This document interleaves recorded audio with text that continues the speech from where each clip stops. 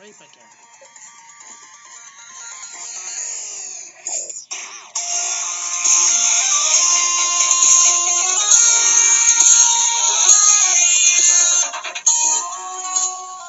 Welcome, ladies and gentlemen, to another exciting episode of the Strong and the Geek Podcast. Woohoo! We talk TV, movies, video games, and comic books. And other stuff. I, as always, am your host, Ben Ramirez, and we're doing something a little bit different this week.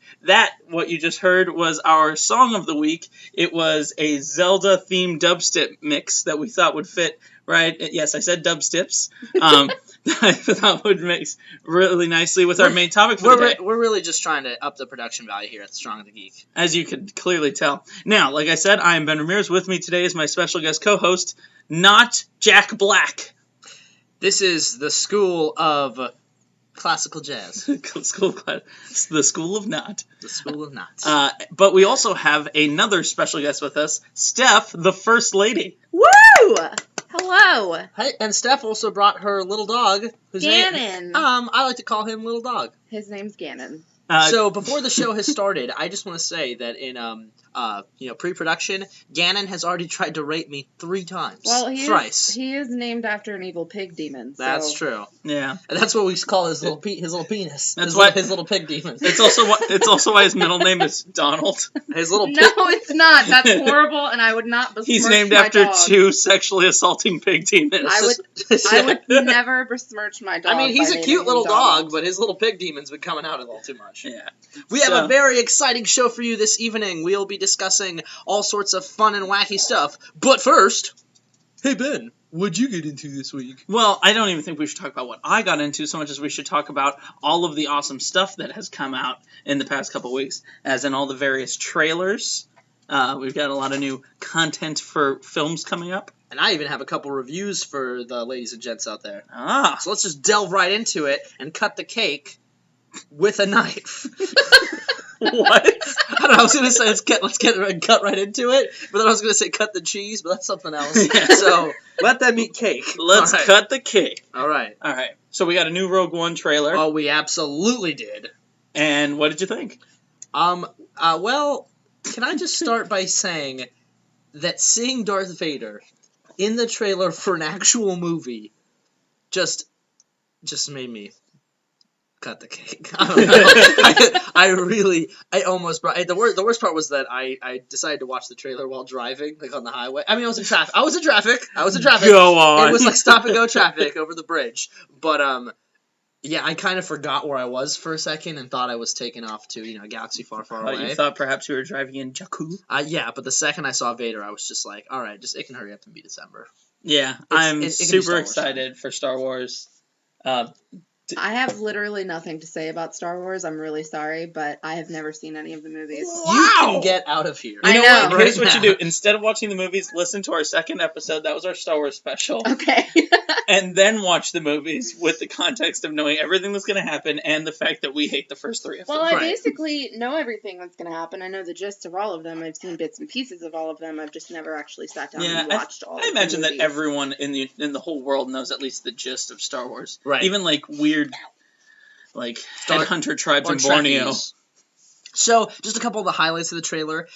We got to see Jyn Erso, more of her, and get more of her backstory, and her father as well. Who I guess is working on part of the Death Star. I think he's the designer of the Geonosian cannon. Well, no, the Geonosian cannon is Geonosian, like from Geonosis. I know, but it says that he designed the super weapon. Maybe he designed another component. Or like the firing pin. Yeah, well, I don't know. Yeah, I don't know. Maybe it's like the real world where not one person invents an entire thing, they just invent a part. Or maybe, what would be really ironic is if he designed like the nuclear reactor thing that powers the whole weapon, which is what Luke shoots down the chute and blows up. That'd be really funny. Well, I heard a theory which was that if he did design the Death Star, it's possible that he intentionally, knowing that it was like if Albert Einstein, when he would have developed like a failsafe or something, like that he, knowing that it was going to be used as a weapon of mass destruction, designed an easy way for it to be destroyed that would like fall through the cracks. As much as part of me would like that,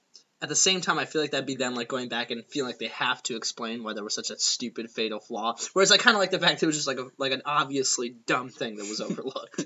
I just have to say that sitting in between you, the two of you on this couch, I feel like I'm watching the nerdiest tennis match in the entire world. Because I'm just like, but my we're head on the keeps same going team. Yeah, backwards. you've obviously never played Mario Tennis. That's true. Like Waluigi and Daisy is much nerdier. Trust me. Don't even get me started about Baby Bowser. No, Waluigi, the wiener. Anyway, but yeah, so we got Rogue One. I think it looks. I'm even more excited to watch it than I was before. It did exactly what a trailer needed to do. 9 out of 10. We also got Doctor Strange. Another the final Doctor Strange trailer came out. I'm so excited. I'll let you two have this one because that was a snooze fest for me. So. Oh, well, then I can't talk to you. First you're of all, a complete loser. Doctor Strange looks fantastic. This is Benedict Cumberbatch taking over the role that Robert Downey Jr. is putting down as the awesome, kind of snarky, badass superhero that's eventually going to probably lead the Avengers. It's basically like his character in Sherlock, only not. And Yeah. Benedict Cumberbatch is amazing. Like, every single role he does is absolutely fantastic, so I really can't wait to see how he portrays Doctor Strange. Now, I was listening to another podcast where one of the fellows on there... Sorry, Gannon is getting fresh with Josh. Oh, no, the fans want to know. The fans want to know the behind the scenes. Gannon's being a total douche right now. Anyway. I told them he'd be very good, but he's not proving me right. He's basically saying, come on, baby, you know I'm good for it. All right. He really likes the way Josh smells. Apparently. Getting back down to business. I was listening to a podcast where they were talking. One of the guys had gone to a short screening of like the sizzle reel, 15 minutes or so, and he was saying that it was at an IMAX, and he actually felt a little disoriented at one point because there's so much. He said it's like if you took Inception and you multiplied it like 100 times. Well, if you put Inception in a kaleidoscope. Yeah, like it's just so trippy and awesome. It's very for fans of the actual comic book, it's very reminiscent of that. Right. Very hallucination, surreal, trippy. Yeah. There's a word I'm looking for. I would say that the one thing that I did get that I am kind of excited to see is just from the trailers how Doctor Strange, how he does his magic and how it looks much more controlled. And I was reading in one of the interviews where they were talking about that if you look at Scarlet Witch's magic, it's so loose and crazy and wild because it's supposed to be that she has never been trained, she knows nothing about it. It was experimentation that led her to be able to access that magic. Whereas him, it's all these perfect hexes and stuff, and what maybe Scarlet Witch and him will team up and be able to get her to do. How amazing would that be? Yeah, that would be awesome. So I thought that was cool that they kind of are explaining that as opposed to it just being he's awesome. Another thing that I really liked about it was when in the trailer he asks the Ancient One, how do I learn to do this? And she said, how did you learn to be a doctor? Yeah. And he's like, years of schooling and practice. And she's like, So I think the implication is that this movie isn't going to take place over the course of a week or a couple weeks. Maybe it'll jump forward in time, kind of like Batman I'm sure Begin. They'll have a montage or something. I think they'll Batman Begin it, where it's the actual events of him getting into the accident and whatnot maybe happened in the late 90s or the early 2000s, and it's taken till now for him to become Sorcerer Supreme. I mean, I would be fine with that. It'll be very Batman Begins-y, but Doctor Strange Begins, that's fine. They should have just named it that. But and also gotten Christopher Nolan. I love the cloak. Because it basically is a mixture of Inception and Batman Begins. With some magic. Oh, with the fucking Prestige thrown in there. That's literally the movie. That's true. Now that I think about it, that's completely true. Set in the Marvel universe. I love what they did with the cloak of levitation, how it kind of seems to have a mind of its own, like the magic carpet. He just kind of flips it and it goes right on his shoulders. And apparently there's one shot, which I don't know if it was in the trailer or if it was in the sizzle reel, where he actually falls off a building and you see him dropping and the cape catches him. I didn't see that. That was in the trailer. So it grabs onto him and he flies off with it. That's pretty amazing. Cool. Yeah, so anything else you want to add about that trailer? I'm really excited. Yeah. You're out of 10 for the trailer? I think that this one was a 9 out of 10. I really liked it. Cool. I mean, yeah, we give our out of 10s. I was gonna give it a 10 out of 10 simply because Benedict Cumberbatch is my favorite. Solid masterpiece. I would love to marry that man. Those cheekbones. Well, could wouldn't cut we all? glass. Put Wouldn't we your all? demon pig away. I have no demon pig to speak of besides my dog. All right.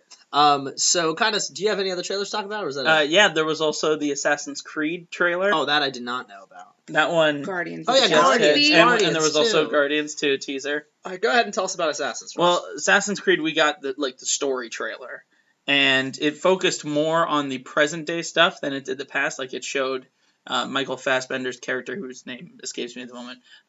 Michael. Like it shows him like freaking out, not knowing what's going on. It showed him sitting there with, I believe it was Don Cheadle, and Don Cheadle's like another captive, and they're discussing things, and then they talk about the Animus and whatnot, and how the whole thing kind of works. It didn't use a Kanye track; it used a different song.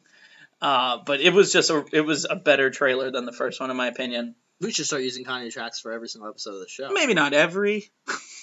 Yeah, That's what Kanye would do. All right, Yeah. please continue. In any case, I thought the Rogue One trailer was really exciting.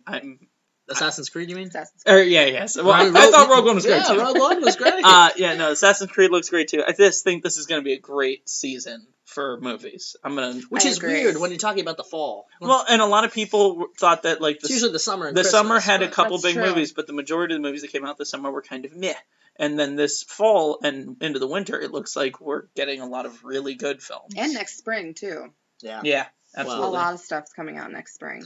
Okay, so Guardians 2 also had its little teaser trailer Which I'm released. so excited for. Yeah, me too. For those of go you ahead, take the who lead. did not notice Baby Groot when they first watched the trailer, go back and watch it because he's literally the cutest thing I've ever seen in my life. You could say most cutest. The most cutest thing ever in the whole universe. Now, do we think he's going to be Baby Galaxy. Groot the whole film? From what or I is he going to understand, grow? for a good chunk of the movie, he's Baby Groot. Yeah. And Baby Oh my Groot, and Baby Groot actually is going to be able to do stuff now. I don't know if He's gonna be so cute. He was Yeah. wearing like a little outfit and everything. How many Baby Groot, toys are going to sell? You think? I'm gonna Oh, buy one. I work yeah. at GameStop. That's gonna I'm be- buying one. that's going to be Like, the really big happening. item, Plug. like BB-8 was. Plug games, not Plug. really. I hope what they do is kind of like what they did on the episode of Ultimate Spider-Man where they brought in the Guardians of the Galaxy, where Groot was just like a stick in a potted plant who just kept yelling, "I am Groot." And then at one point, I believe it's Drax tells Spider-Man to throw the stick at the bad guys, and he's like, "Why would I throw a stick at the bad guys?" And Rocket's like, "You always throw the stick at the bad guys." And he's like, "What are you talking about?" So he takes Groot and he throws him, and mid-air, Groot just explodes into his full size, Oh, that's like the amazing. Hulk, You know what? and just starts crashing it. Actually, I'm going to guarantee that's probably what it's how it's going to be. Yeah, and Spider-Man's just like, "Wow, I'm really glad I threw the stick at the bad guys."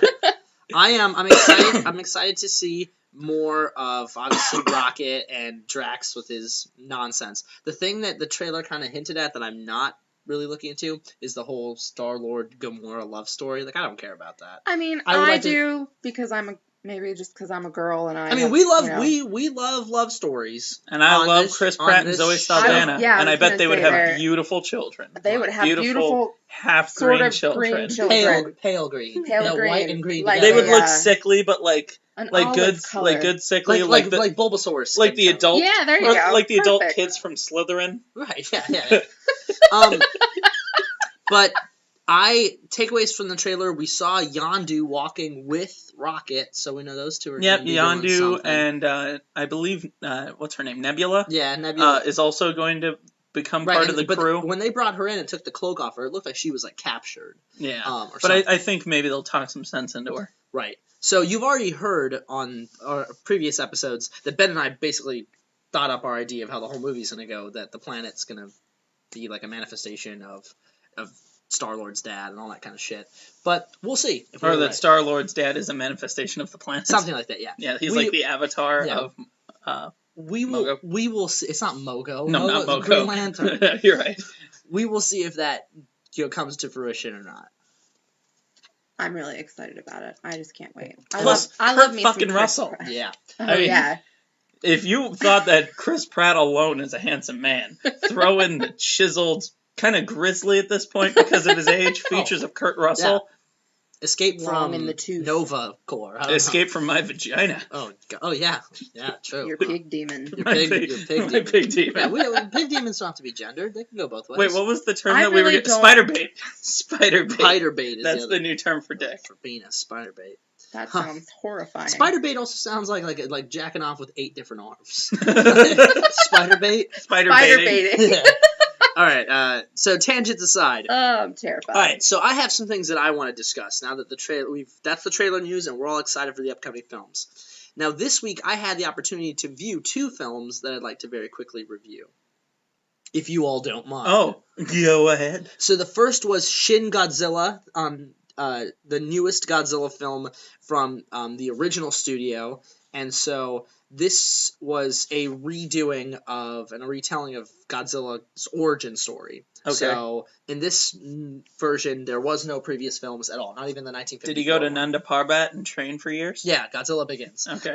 No. So in this one, they basically Godzilla is not just instantly Godzilla. Instead, he actually evolves from starting as like a weird, almost like aquatic, slithering creature. He comes up on land and has his legs, and he looks kind of like a chicken. He was kind of silly looking, actually. Okay. But he didn't have arms yet, and so he only had legs. And they were like saying, "Oh, well, his legs aren't strong enough to support him. It'll fall on land and suffocate." And it's kind of breaking the fourth wall because it's from the audience all knows like, Japanese scientists. You're always wrong about He's this. gonna become Godzilla. And then you're gonna be like, oh no. And then he becomes in form number 2, and form number 2 is a little bit better, but still kind of strange looking. And then that freezes, like it fights, and eventually it freezes, and it turns out that like it used all of its energy by using its fire breath and stuff that it needs to like hibernate for like 3 weeks or something. And while it's hibernating, they're trying to figure out a way to kill Godzilla.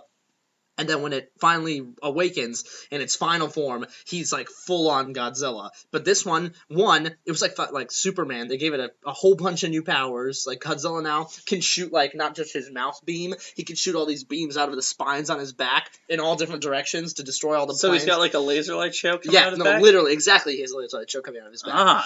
Disco Godzilla. He can shoot Does out Shin mean disco? Shin means like God, like God. Godzilla. His name's God Godzilla? Yeah. And so his tail can shoot a laser beam too, so he can double beam. Hang on.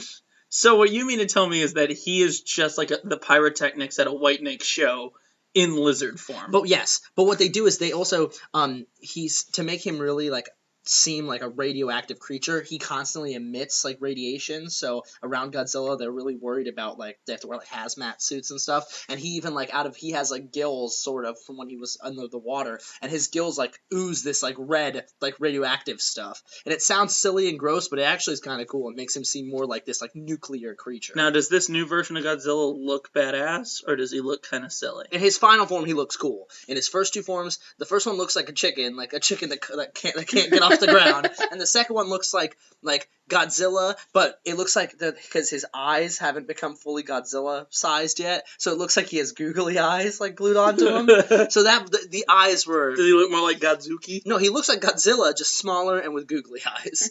So that kind of took me out of it. But when he becomes full on Godzilla, he's pretty menacing, and this was the biggest Godzilla in any of the Japanese films. Okay. So he's huge.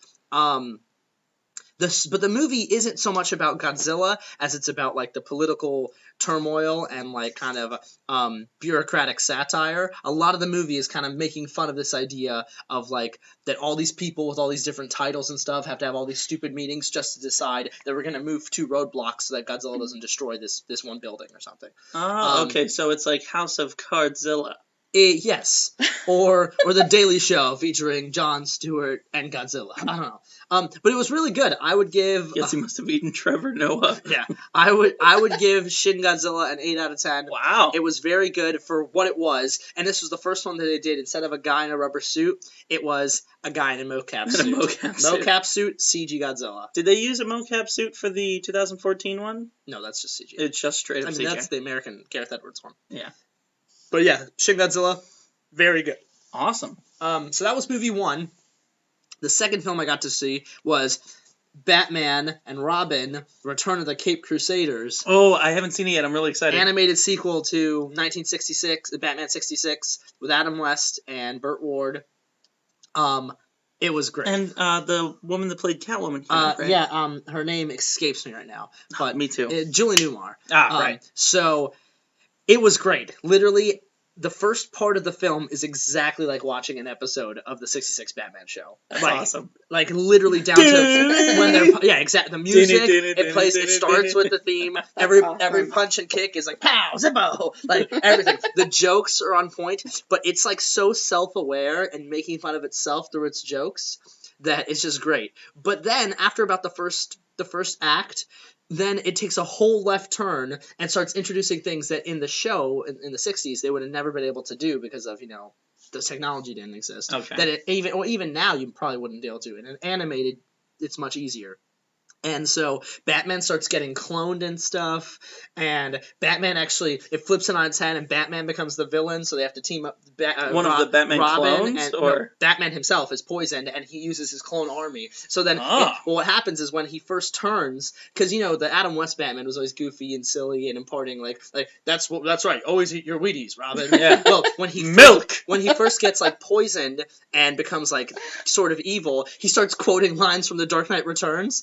And he starts beating up Joker and Riddler and Penguin, and Robin's like, Batman, take it easy on them. But they changed the effects, the pow zippo to fracture, bone crush. That's amazing. It's broken. That's good. I thought you were to say that he just starts yelling the sounds, so he's just like pow, kazam. No. When he punches them, it changes what it says to fracture. It's really funny, and he starts quoting Dark Knight Returns them, and he's like, Batman's changed. And then they go back to Commissioner Gordon, who in the 66 show, they're all best friends and buddies, and they have a red phone they call him. Well, they're talking, and he's like, right, Batman? And they look, and he's out the window, and they're like, he just disappeared so mysteriously. That's so unlike Batman. So it's really the jokes are it's really... very fourth wall breaking in that way. And one of the best parts is near the very end. So a bunch of stuff happens. Watch it yourself, you'll enjoy it. But another thing I caught that was funny was near the end, Catwoman. They're telling Catwoman, turn from your life of crime and be with me. And she's like, Bruce, or Batman, let's just get away from this. Let's just go to a cafe in France and sip tea. And Robin's like, holy, a wholly unsatisfying ending, Batman. And I laughed out loud at how fun. So it's really good. I would give it probably an 8.5. Really? Yeah, it was really good. That sounds awesome. So I'm gonna have to watch that. It's very funny, and the voices are the only thing. So Adam West and Burt Ward on point, perfectly good. The only problem with Julie is that she's playing Catwoman, who's supposed to be in her 20s or 30s, but her voice clearly is old woman she has voice. Old lady voice. So that kind of takes it out of it anytime she speaks. But it's also kind of funny. Come over here, Robin. Right. Well, and then they make Let me bake you some cookies. They actually make a lot of jokes about Robin being too young all the time when clearly Burt Ward now is a senior citizen. So that's pretty funny too. It must be kind of reminiscent of the Mermaid Man and Barnacle Boy. With the baby Krabby Patty meal. It's like, don't worry, Robin. You'll get there one day. Fuck you, Batman. Definitely check it out. I fought in 2 wars. Yeah, it's very good. The last thing I wanted to mention, this isn't a movie or anything. I was able to get my hands on a VR headset for mobile phone. Oh. Yeah, so I just got it yesterday. It's not one of those cardboard box ones, right? No, that's the Google Cardboard box. Yeah. Well, it's Google Cardboard, but this actually uses kind of the same technology as Google Cardboard, and it runs all the same apps as Google Cardboard. Any app that supports Google, you can run on this one. Okay. And so far it's been really cool. The YouTube VR stuff is really neat, and it does once you get the lenses focused, the 3D and everything on it is actually really cool. Yeah. That's amazing. So I'm super jealous because I've been testing out PlayStation VRs and stuff like that, and I really, really want to get one because it's just virtual reality is the future, man. It is. It's the future, and I want to live in it. Right. And I honestly on your hoverboards. The only part I'm disappointed about is that unlike PlayStation VR, it doesn't have the remotes. So I can't to play the games. It's all the kind where you have to look at the thing and then it shoots. Depending on how long you're looking at something. That's still pretty cool though. Yeah, I tried out one zombie shooting game and it was pretty fun. I did a horror one called Sisters. I was gonna say, have you played any of the horror ones yet? Are they terrifying?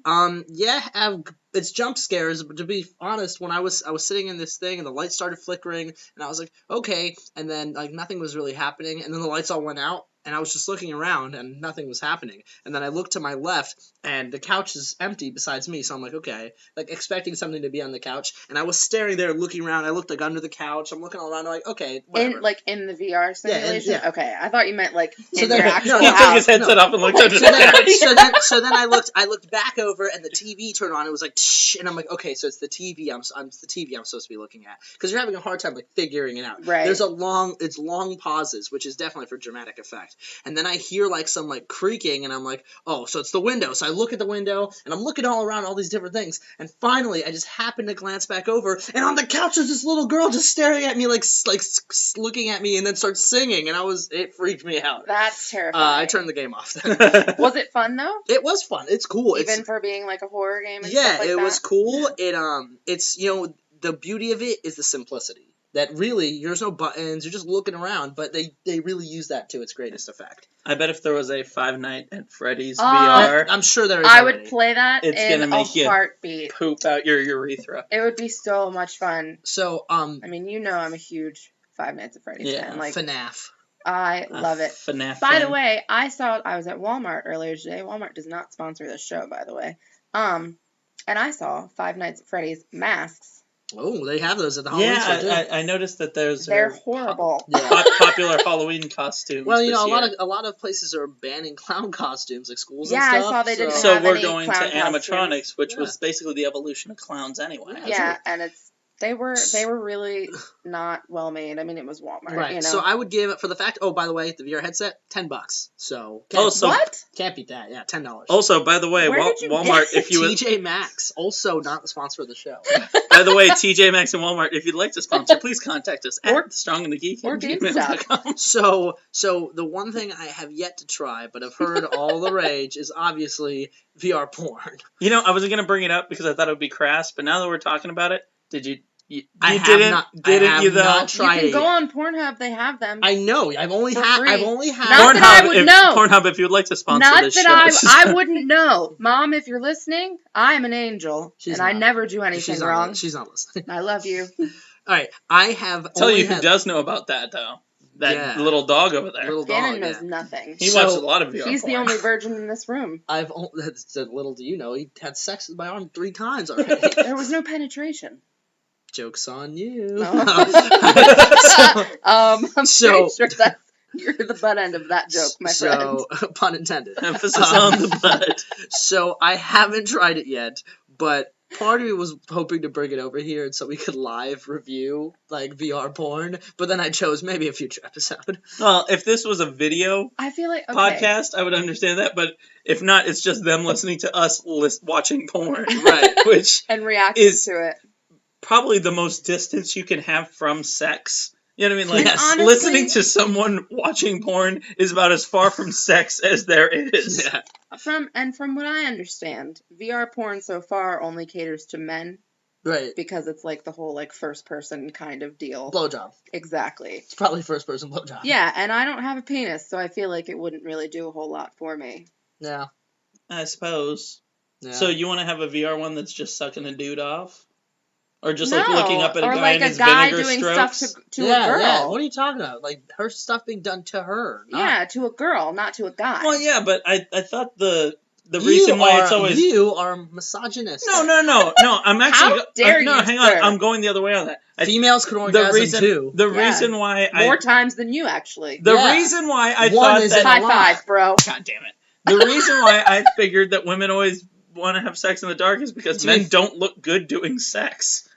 Usually it's because they have insecurities about their body and they don't want to feel stared at, in my personal experience. Fair I don't enough. know how this turned into a sex podcast, but I just can imagine looking Sex- up at some dude like Wait, isn't a sex grunting and sweating. podcast basically just porn? Like just audio porn? no, I mean, not if you're actually talking about, like, you know, Yeah, like sex in Or not general. if you grab her by the pussy, right? Like, I mean, yeah, it's Ah. obviously not sexual assault or anything like that. yeah, no, you can just be the president. all right, so presidential candidate. So, long story Oh, short, don't I vote would for Trump. give the VR headset. That's why she's a guest. All right, This podcast takes no formal place in the political spectrum other than to tell you don't vote for Donald Trump. So the VR headset, I would give it a, based on only minimal usage thus far, and for only the $10 cost and everything, I'd give it a 7.5 out of 10. Okay, very That's cool. pretty awesome. For a $10 price I gotta tag, say that that's probably gonna be my next purchase. $10 for a VR headset. That's pretty. And I mean, amazing. it's nothing super fancy or anything, but honestly, it fits phones. It's ideally made for phones with a 6-inch diameter screen. So I have an iPhone 6S. It works success.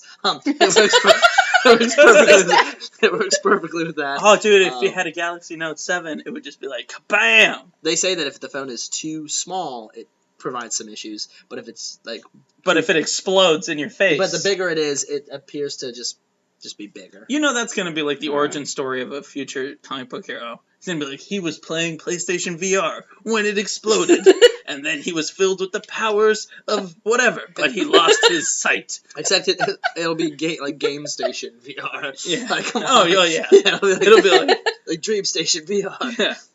All right, so I think it's time for Geek of the Week. I believe it's time for Geek of the Week! This week, our Geek of the Week is Donald Trump. No, it's not. No, Ben, it's not. who's the Geek of the Week? Woo! This week we have... Chicka! Chicka! This week we have the very interesting story of a woman who has been accused of smearing peanut butter on 30 different cars in a bizarre anti-Trump protest. So Trump is kind of the Geek of the Week in his own way. Actually, I think the peanut butter is the Geek of the Week. The way the article starts You could is, say it gets around. choosy protesters choose Jif. The tagline of this is funny. It says, as protests go, this one was nutty. Wait a minute, Is this just full of fun? Is this a Huffington Post article? Yeah. Who's the byline? Because The Onion? David Moye. David Moye is the Geek of the Week for writing an article about a peanut butter protest and filling it with as many peanut butter puns as Well, possible. so far I've only noticed one, but I'm sure there are more. Basically, a woman in Amherst Junction, Wisconsin, was charged with disorderly conduct after she allegedly spread peanut butter on 30 cars that she believed belonged to Donald Trump supporters. And it turns out that the cars actually belonged to members of the Tomorrow River Conservation Club. That's a lot of peanut butter. Which I'm not Was it quite one jar over 30 cars or one jar per car? You know, the funny thing is I made the joke before and I just read this. It was actually a family-sized jar of low-sodium creamy natural Jif. Oh. Well, I'm glad that That was a call ahead. I'm glad that she was concerned about the sodium. Yeah, and natural. So, you know. Hey, don't hurt the bees. Christina Ferguson, 32 years old, and just started going around yelling at club members about how much she hated Donald Trump, and then she went out and smeared peanut butter. Well, Christina, They have a picture here of the peanut butter, just so you can know, exactly which type it was. It looks really nice. I might get that for, Yeah, can I smear that all over my mouth? Officers did note that she was speaking with the slurred speech and had a strong smell of intoxicants. And she was also licking her fingers as she was speaking to them. Okay, well, no, okay, they can't hold that against her. She was just like drunk and be like, I was eating smearing peanut butter. Yeah. Well, although, how did they smell the strong smell of intoxicants over the strong smell of peanut butter? They didn't say peanut butter is a very strong smelling substance. She could have mixed peanut butter with some Kahlua or something. They didn't say what kind of intoxicant. Well, see, the second part of her plan must have been to fucking cover the roads in jelly so the peanut butter cars spin and then just crash. Now, I will say, make a delicious, delicious disaster. Yeah. Now, I will say that, kind of piggybacking off that a bit, the officer quoted her as saying, this is something that she said, peanut butter is better than firebombing, which... Yeah, she's got a point. Yes. I mean, so just leave it at that. You know what, Christina? Good for you. Geek of the Week. Peanut butter is in fact 100% better than firebombing. And anyone who disagrees, you can unsubscribe. That's not. Dude, the Middle East would be such a nicer place if they just attacked each other with peanut butter. Right. No, we should just unless people were allergic to Wait peanuts. a minute. Think about. Well, yeah, but everyone is allergic to firebombs. That's true. I'm saying, if we load the drones up with just Jif peanut butter cannons, ISIS will stop what they're doing very quickly. Yeah. So will the golden retrievers. They'll be really confused. Yeah. All right. Moving on. Moving on. It is the stance of this podcast that while not everyone is allergic to peanut butter, everyone is allergic to firebombs. Our main story tonight regards video game characters, good and bad, and what makes them who they truly are. Is it what they look like, what they sound like, or what they do? Are you a politician? That question will be answered tonight on The Strong and the Geek. Fantastic. Tremendous. Take it away. So, we decided that, especially because our old pal here, Steph the First Lady, who, by the way, we didn't give a round of applause, first female, I was going to say contestant, guest on the podcast. Woohoo! So, I'm honored. Girl power. When you said the First Lady, I thought she was just married to someone important. Oh, No, just kidding. The first female guest. Yeah, hopefully not the last. But in honor of Steph the First Lady being here, who is a big gamer, I thought we would have a video game episode, and I thought it would possibly be a good one if, like you said, we talked about what makes a great hero, what makes a great villain, what makes a shitty hero, what makes a shitty villain. So basically, paraphrase what I literally just said. Exactly. So, for instance, one thing I think is a common trope in a lot of video games is the silent protagonist. I have a lot to say about a certain silent protagonist. JRPGs take a big... Yeah, JRPGs, especially older JRPGs, take a big thing of it. But so do a lot of RPGs in general.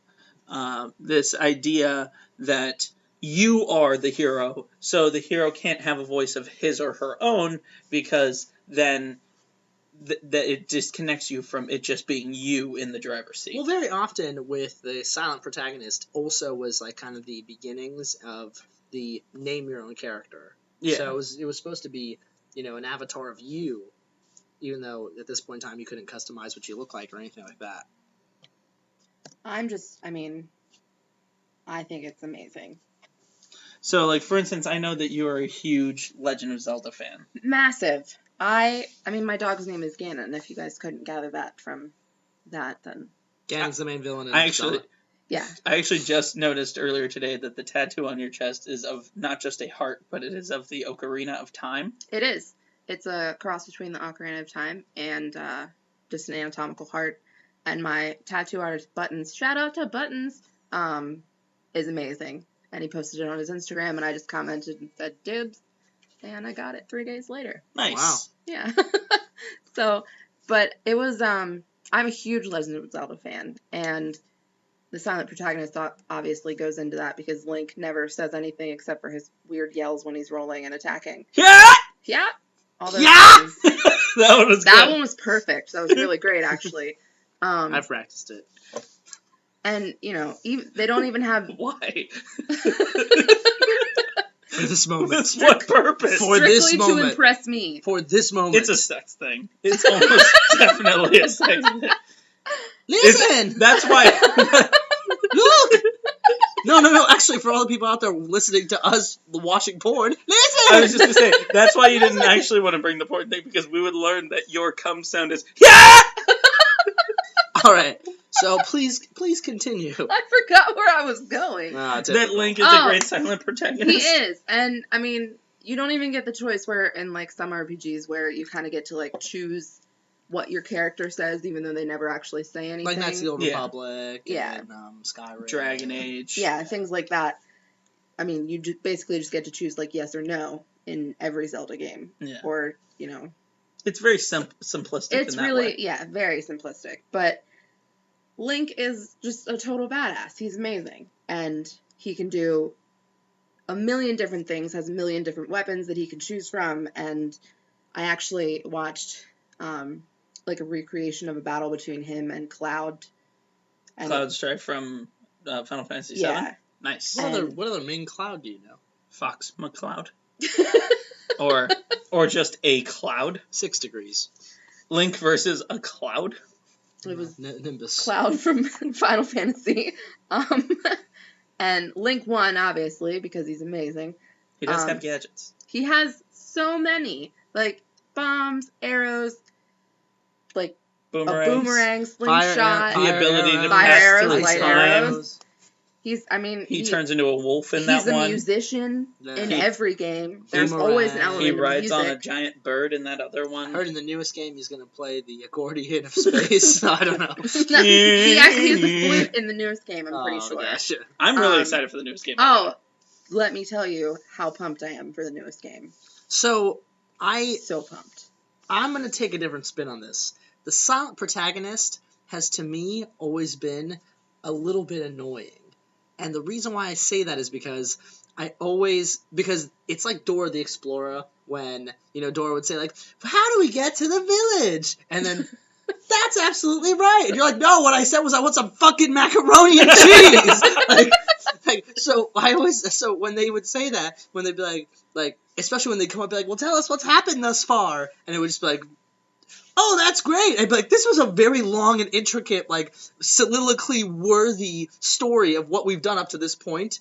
There is no way that in, like, 30 seconds, I just told you everything. Yeah, you conveyed all of those facts. Like, we're all humans with identities and journeys and a lot of emotions. There's no way in hell you learned about that just like that. Then again, it being a silent protagonist, can you imagine clicking one that's like explain the story, and then you just have to sit there as she's like the other character's just staring at the screen going, Well, no, and then just silence. But my example to perfectly convey this is Final Fantasy VII with Cloud, where he tells very on, they're talking, and he tells the Nibelheim story about 5 years ago, how they led up to that, and then they ask, they want to know more, and if you click, like, he sums it up, but, like, quickly, so that it gets Red 13, like, acclimated to what's going on, but they kind of summarize everything that's happened in the first little chapter of the game, the Midgard chapter, and it's not it's not, like, difficult to navigate through, and actually it helps you as the gamer be like, oh yeah, that brings me up to speed if I would have missed anything in the plot. Yeah. It's a good refresher, because a lot of shit just happened in a short period of time. Well, I think that connects to another important aspect of it is, if you're playing a single game,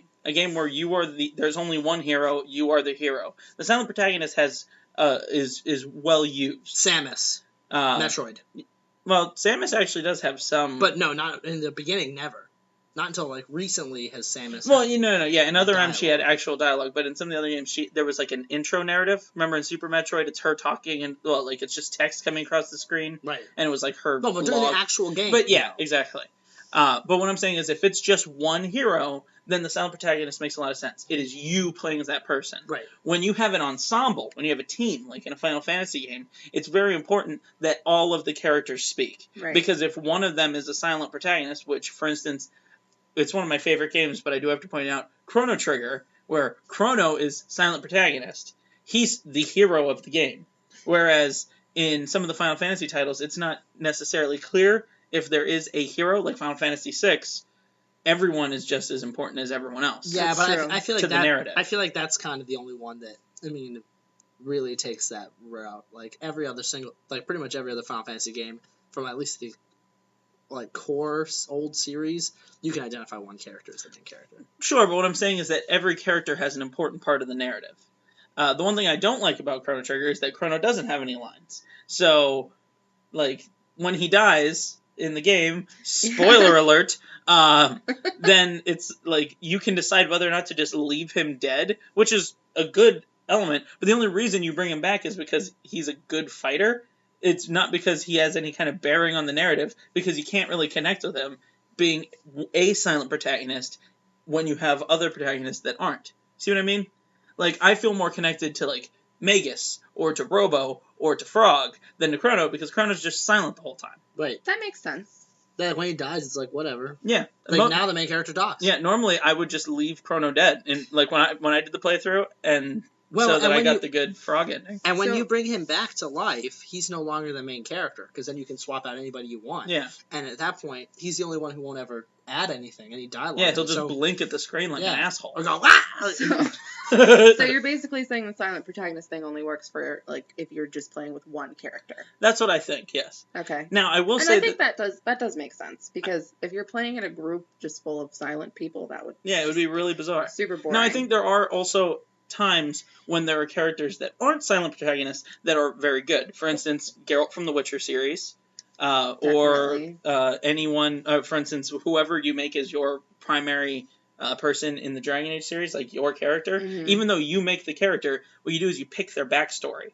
And so you learn about the character that you created because through dialogue options, you can figure out your backstory. Right. And that one, it's very cool because your character has a voice, but you pick everything about your character, so you really connect to that person. And then you learn more about yourself through the dialogue. And that's what I think a really good usage of a non-silent protagonist. I mean, for me, I always think of, like, Fable. 'Cause Okay. In the first 2 Fables, it was the silent protagonist. Like, they had no dialogue whatsoever. But you still got to customize your character and everything like that. And, like, you learned things about the kingdom and things like that. Didn't you choose what you say to people, though? You choose interactions. Okay, gotcha. Like, talk to them, or smack them, or like do a gesture or something like that. Right, or like a romantic thing or something along those lines. But they never actually really speak. Mm-hmm. But in the third Fable, which a lot of people hated, but I absolutely loved, you got to choose between a prince or a princess. Mm-hmm. And they were like the final hero or whatever. Right. Like the final hero bloodline or something like that. And they had dialogue. But it still changed whether you did like good or evil deeds. Okay. And your character changed and things like that, which is something that I really love. Right. I love that kind of game mechanic where your actions affect how other people in the game see you in the future. Okay. Mm-hmm. Yep. And that's like one of my favorite game mechanics, actually. Now, one other thing that I do think we need to touch on when it comes to what makes a good hero is that there are certain games where neither of these things are touched on narrative-wise. For instance, the God of War series. But we still remember Kratos as a badass hero to play as, even though he is completely unrelatable. He is just a rage monster who you cannot pick his dialogue choices. You basically just swing his swords and then let him yell at people. Yeah. The reason why I think another thing that makes a protagonist good, if they don't have the narrative to back them up, is the power fantasy. With Kratos, he's killing gods left and right. He's got all these crazy powers and magical abilities, so there's a really strong power fantasy there. So, for instance, with a not as crazy, intense, strong character, you need to have a really good narrative behind it so that you feel connection to the character. But if you don't, there's a reason why certain games, for instance, God of War series or Dante's Inferno or whatever, you still remember the protagonist as being like badass because, of what they can actually do in the game. Mm-hmm. Yeah. Like, for instance, Shadow of the Colossus. If Wander was talking the whole time, that game wouldn't have been as good. Right, he's a silent protagonist, and that, you see, like, if he's weak and uninteresting, then he's not really good. But because he's a weak guy, but he's also that cool silent protagonist, you connect to him. That's you climbing that Colossus. But if it was like a weak-ass version of Kratos, you know what I mean? Getting into fistfights with people in the street instead of killing gods, they'd be like, why do I just want to play as this angry dude all the time? That makes sense. I agree with that. I think the thing for me that makes a character, and it could be good, bad, male, female, whatever, what makes them like a valuable character is like a memorable like gimmick, like their memorable thing.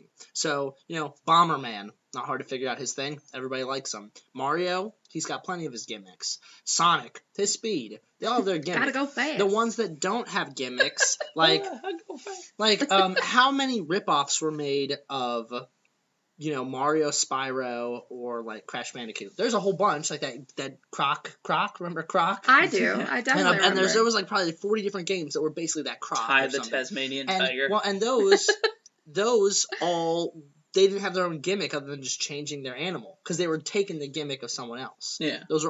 That's Mario's gimmick, or that's Crash's gimmick. Yeah. Final Fantasy, their gimmick is the system, but they're all in the same game, so like it's okay. I don't know. I feel like having their thing, their core thing that makes them is really what's important. So you're not like, and you're like, oh, this is, for instance, anytime you play a game now that's like a third-person action adventure game where the main character has a sword, you're like, oh, this is like Zelda, because that's Link's gimmick. Right. You know, if you play any of those adventure games, like Uncharted, it's like, oh, it's like Lara Croft, like Tomb Raider, because that was her gimmick. You know? Right. That's true. what sets them apart. I feel like those characters that makes them more iconic is, I guess, partially because they did it first, but because it's their thing. Yeah. That makes a lot of sense, actually. Now, I will say... I mean, even, sorry to interrupt you, but even like Digimon or Yu-Gi-Oh! Or Yokai Watch or any of those ones, the catching things, it's because that's Pokemon's gimmick. Absolutely. And that's why the Pokemon, you like them way better. You like Squirtle way better than anything that any of those other games can come up with. Yeah. Even the new Pokemons, everybody likes the original 151 because that's the original. Yeah, I'm definitely a much bigger fan of the original 151. I think everyone is. Like, they say even the second, the Silver and Gold, it's like, oh, okay, we have Cyndaquil, but that's Charmander's gimmick. The fire type starting. Like, yeah. So. I mean, I did like when they brought in like new Pokemon types and stuff like that. Like, Yeah, that was a cool addition. And, yeah. But I felt like, you know, and now they're doing the whole thing with the Alolan types. Alola. Or they're or basically whatever. bringing back the original ones, but making them Just- look a little different, so and that changing their type. so like Executor is now like a Like a- really tall palm tree. It's got Yeah. a really long neck. And It's basically to just bring in the crowd. In my opinion, it's bringing in the crowd of the Pokemon Go. People that are getting back into Pokemon because of Pokemon Go. yeah. And then they're like, but oh, even in I'll try out the Pokemon new Go, game. They only have the Well, original ones. and That's I what I'm hear- saying. That it's getting people of the original generation of Pokemon, like us, back into Pokemon. By the way, I heard that new Pokemon Sun and Moon, though, is really, really good. And so... I got to play Well, part of it. I I know was it's to say, awesome. it's not out yet. And but- I'm saying from people who've played Yeah. demo stuff. So I'm hoping that it has a lot of things with their own gimmicks now. yeah. I think it's going to be pretty amazing. And obviously, like, I think each new Pokemon game that comes out is fantastic because it always adds new elements. Right. It always adds, I mean, even though I'm not always 100% all about the new Pokemon and everything like that, I still love that I love that they're remaking the older Pokemons, first of all. Like, Omega Sapphire, or Omega Ruby and Alpha Sapphire. Whatever it Things is. like that. But Pokemon just, I feel like it always just brings me back to my childhood, no matter which Pokemon are there, and it just gives you that nostalgia feeling. Yeah. No matter what. And Sun and Moon looks amazing. I got to play a demo. It looks fantastic. I can't wait. I'm probably going to have to get a 3DS XL simply for that game. Nice. Although I will say, going back to the actual main topic of it, the Pokemon trainers, the actual protagonists in those games, is Silent just... protagonist. But, well, not only a silent protagonist, because he's got no narrative. Or she. Now. He or Can she be a has female. no narrative and no sweet, awesome powers. You never like, guys, you know who's really cool? Red. Like, But it was never. it's never about him. You're Your not- actual protagonists are your Pokemon. Pokemon, You're playing exactly. as the Pokemon. You Yeah, like. exactly. I mean, technically, you're playing as the trainer and going. No, through but I'm the saying, gyms but you, and when things you're like playing, that. you're like they're like, no one ever asks like, oh man, what'd you name your main character? It's like, what 6 do you use? Yeah, exactly. Because that's what says more about Exactly. you. I honestly, like, I just made a team on Omega Ruby or whatever one I'm playing right now, and it has like Ash's original 6 when he beats the Nice. original Elite Four. So Pikachu, Venusaur, Charizard, Blastoise, and Lapras.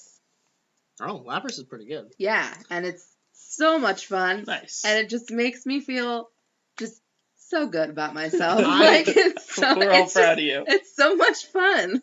Yeah, I don't think anybody would disagree that Pokemon is just a great time. Now, I think we do need to shift gears before we're done here, because we're running low on time, and talk about what makes a great and a bad villain. Bad as in not good, bad not. Right. Yeah. Now, I think the one thing... Now, this is funny, because you and I have talked on our movie ones and our TV show ones about how there are a lot of really crappy villains, especially in comic book movies, that are just like, oh, he wants to destroy the world and has no motivation, whatever. Right. And the true can be said for video games narrative-wise, but on the other side of it, when it's the villain is a giant monster, like in a movie, I don't want to see a big CGI monster. I think it's dumb. It's out of place. But in a video game, a great villain thing is that it's super huge, larger than life, because it ups the ante, the danger. And if you're the hero, it's like, yeah, I'm going to bring down that giant thing. I also love when villains have, like, multiple forms. Yeah, Right. yeah. That's one of my favorite things about a video game villain, and also about the Zelda series, because defeating Ganondorf is never the end. You have to defeat his final form, Ganon, Yeah. or something like that. And it's the same in every Zelda game. Like, it's never just one boss battle. Right. It's always, like, multiple to get to the end. You think it's over, But but it's not over. Or, like, I always refer back to Final Fantasy VI. I mean, all the Final Fantasies, really. Oh, yeah. But Final Fantasy VI, where you actually have to use your entire party in different little teams Right. to fight the different various stages. Yeah. So, I do think that that's a really good element to bring into it, too. The idea that one thing that's great about a video game villain is that it's not just one thing. Yeah. It's ever-changing. It has multiple elements added to it. Shadow of the Colossus is one example that I bring up because the villains in that, the actual Colossi, really you can't even call them villains. They're just doing their thing. Right. You're the villain in that game. That's true. But they are so grand in their scale, and each one of the fights is different. It's not, you never fight two of them the same way. I mean, obviously the climbing and hitting of the glowing spots is the same mechanic, Right. but you have to figure out how to do it differently. And that's what makes them fantastic villains, in my opinion, is that when you first look up at one, it gets you this sinking feeling in you, like, oh, shit, what am I going to do here? Right. I think for me, the only thing that makes a good villain is something that makes me despise them. Like something throughout the game and the narrative that makes me despise them. So I always think of, when I think the best villain, Kefka. Final Fantasy 6 is the best villain in any game I've ever played. Because he really is despicable. By the first time you ever meet him, you're like, oh, he's an asshole. And then the next time you meet him, you're like, he's goofy and kind of charismatic, but still kind of a maniac. And then you get just a... And then the next time he poisons the water supply he of kills an entire city. And he kills an entire city, and you're like, oh my god, this guy's horrible. He's a maniac. By the time you finally actually fight him for real at the end of that game, you're like, I'm going to kick this dude's ass because I've spent so much time leveling up all my team to level 99, that don't even matter. But I actually am saving the world from this evil. Well, and it's actually the point I was just talking to someone earlier today, is that in movies or in comic books or in TV shows or whatever, one thing that makes a great villain is how relatable they are. You know, when you think of a great movie and a really good villain in that movie, it's because you were like kind of rooting for them in a way. Obviously, you wanted to see the hero win, but it was like you really connected with that hero or the villain. Darth Vader. But in I wanted Darth Vader to win. You didn't. No, I really did. You've known me all my life. I always wanted the Empire to win. Anyway. But it's a villain that you can almost root for. Darth Vader. Whatever. I mean, I usually tend to gravitate towards the villains that I absolutely despise. Well, that's the point I was going to make. In video games, it's the exact opposite. Whereas even in a video though, game, for me. fair enough. And that's why the Marvel movies, I never gravitate towards the villains. Like in books, like in Harry Potter, everyone hates Umbridge more than they hate Voldemort. Everyone agrees that Umbridge was worse than Voldemort. Well, yeah, because they had a personal stake against Umbridge. Voldemort just shows up like once a year and just kills a kid and then runs away. Umbridge, she was just a huge bitch. Yeah, she was. But the sorry. The views of this podcast is that Umbridge is a huge bitch. She's a huge bitch. No, but the point I was trying to make was that in video games, the villain is a great villain is someone that has no redeeming qualities. So, because you are the protagonist or the protagonists, you are tasked with killing that thing.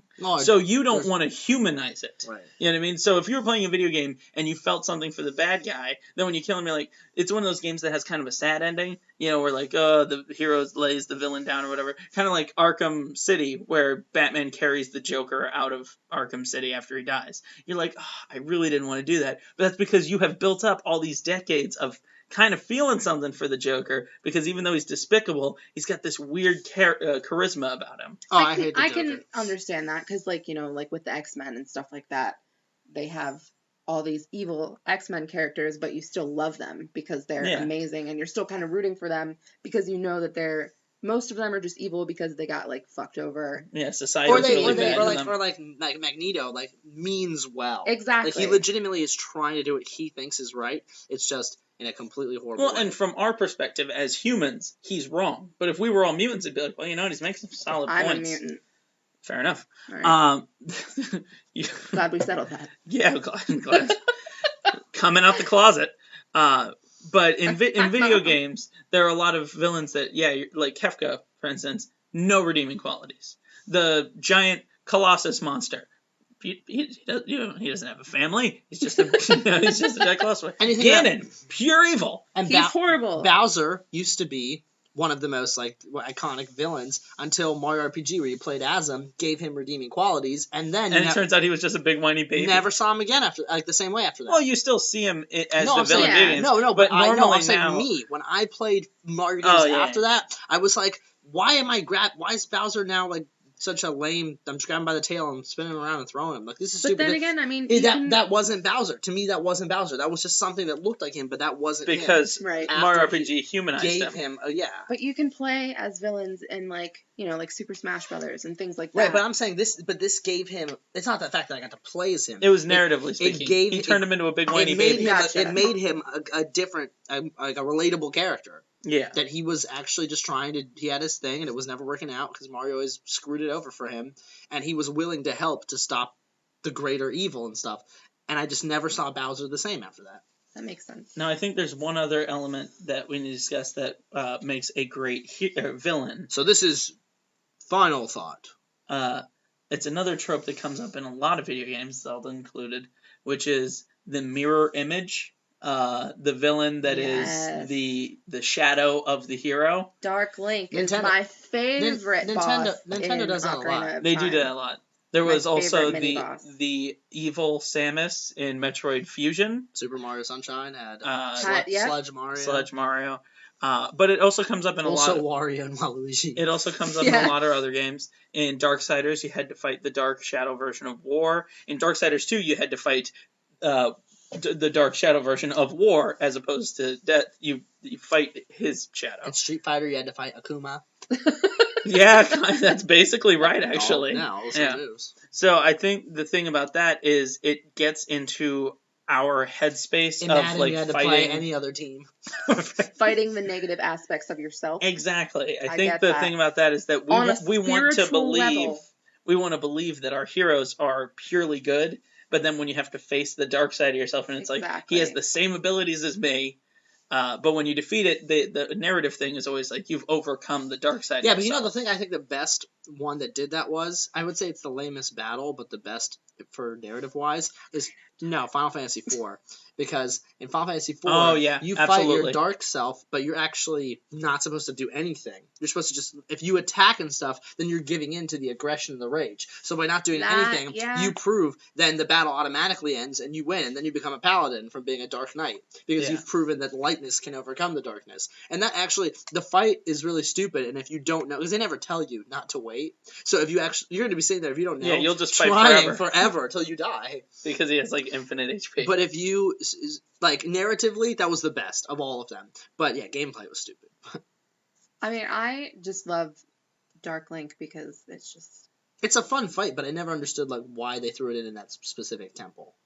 I don't think it had anything to do with the temple. But it just happened to pop up in the middle of the water temple for no reason. Yeah, I think it was he was just kind of there, as one of Ganon's. Typically, as used as a narrative tool, it's about overcoming your inner darkness. With the big and they reintroduced that in Hyrule Warriors too, and they had like a whole big section where you had to defeat like 6 or 7 Dark Links before you. Wasn't that the Dynasty Warriors Legend of Zelda crossover? Don't you have to fight your own self as Kratos too? In the first game. In one of them, you fight. Right? Doesn't he deal with... To save his wife the shadow, family, the shadow of himself, at the end. By the way, anyone who wants to defeat Dark Link, just don't Z-target him. Just use the big Goron sword. That too. Or the hammer. Yeah. So I think that obviously when it comes to heroes, it's all about the power fantasy and getting us as the players into being that character. When it comes to villains, pure despicable evil and the dark sides in all of us. I agree. Is that a good summary? I definitely agree. You have to be able to feel like you can be the hero, and you have to be able to feel like you can defeat this villain. And that's why Donald Trump is neither a good hero nor a bad villain. Yeah, right. Just kidding. He's just the worst in general. So anyway, ladies and gentlemen, that's going to be our show for this week. Well, that about does it for the Strong and the Geek. You pitch it. Oh, what is that? What's that peculiar sound I hear? Yeah, we're getting back to our song of the week. Wow. Make sure that you follow us on Twitter at The Strong and the Geek. You can follow me personally at D. Ben Ramirez. You can follow him at Ramrez for Prez. I don't have a Twitter. You can't follow her, you psychopaths. Make sure you send us emails at thestrongendthegeek@gmail.com. You can check us out on Facebook, Twitter, YouTube, SoundCloud, iTunes. Subscribe, like, post, comment, and as All those always, DM DPs. Maybe in virtual reality we can check them out now. Yeah, Thank you so much, and join us next week when we'll be talking about more stuff strong. and more stuff geek. Chugga chugga.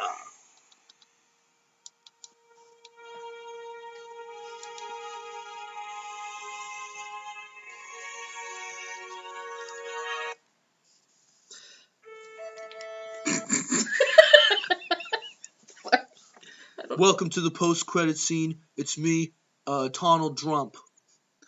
And it's me, Jillery Ginton. Jillery, I understand that you have a lot of leaked tweets, direct messages. I also would like to point out the fact that you are constantly leaking. Yeah, because my face has a lot of orange goo on it. No rebuttal, Mr. Cooper. Orange goo, gloopy glue, the best gloop. I'd like to substitute all of my remaining time for him because the more he speaks, the more my poll numbers go up. So we know that most of you don't listen to this show after about the 45-minute mark, but if you're still listening, good for you. You're not rapists. I'm God happy. damn it, I'm just... Happy for you.